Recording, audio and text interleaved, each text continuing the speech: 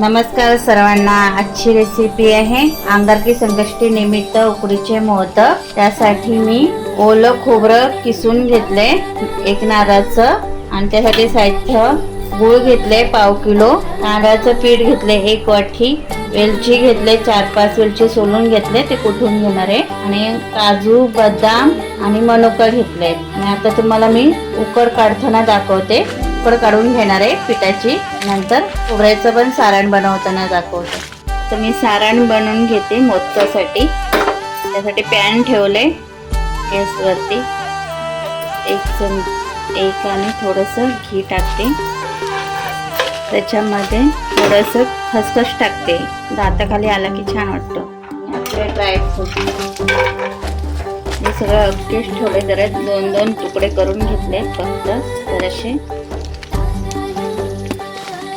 आता मी याच्यामध्ये गूळ टाकते, गूळ जरा बारीकच करून घ्यायचं, पटकन मिसळतं।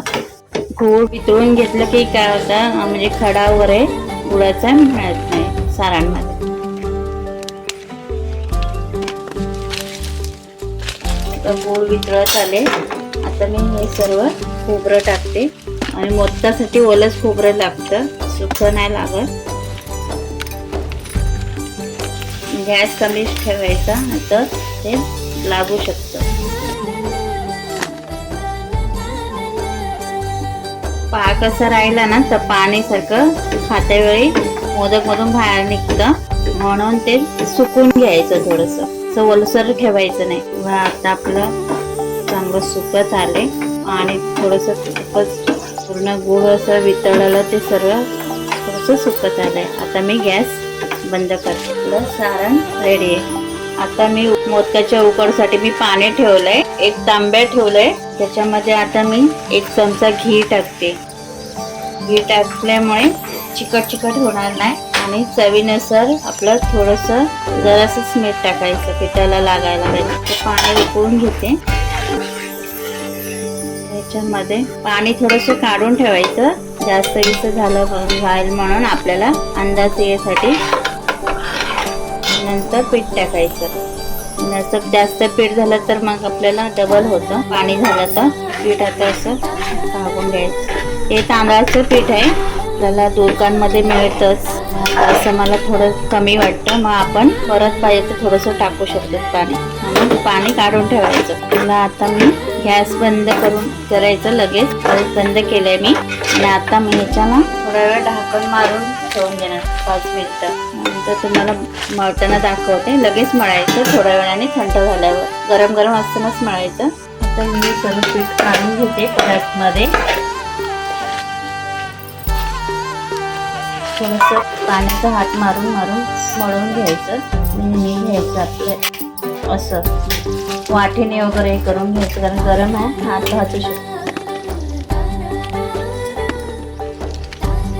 थोडंसं पाणी हे करायचं, आणि आपलं पीठ असं मळून घ्यायचं।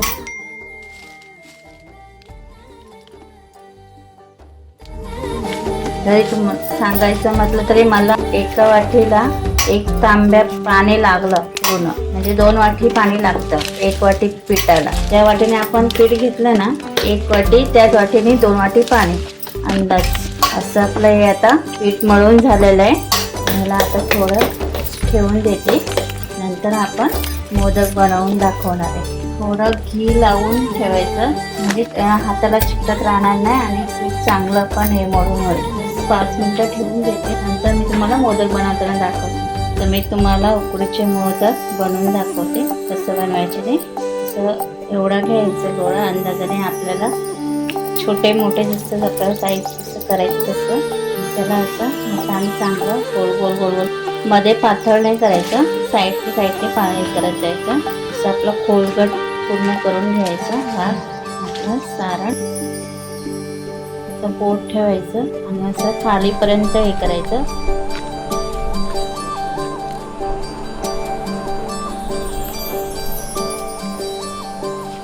मग असं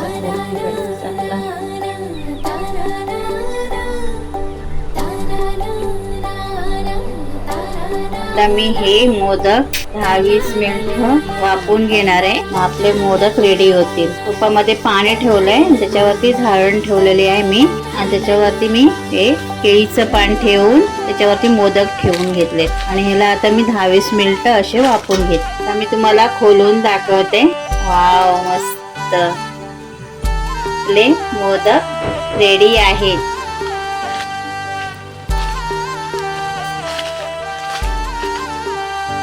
कशी वाटली तुम्हाला आजची रेसिपी? उकडीचे मोदक अंगारकी संकष्टी स्पेशल. आवडल्यास लाईक करा, शेअर करा आणि कमेंट करा. भेटूया पुढच्या भागात.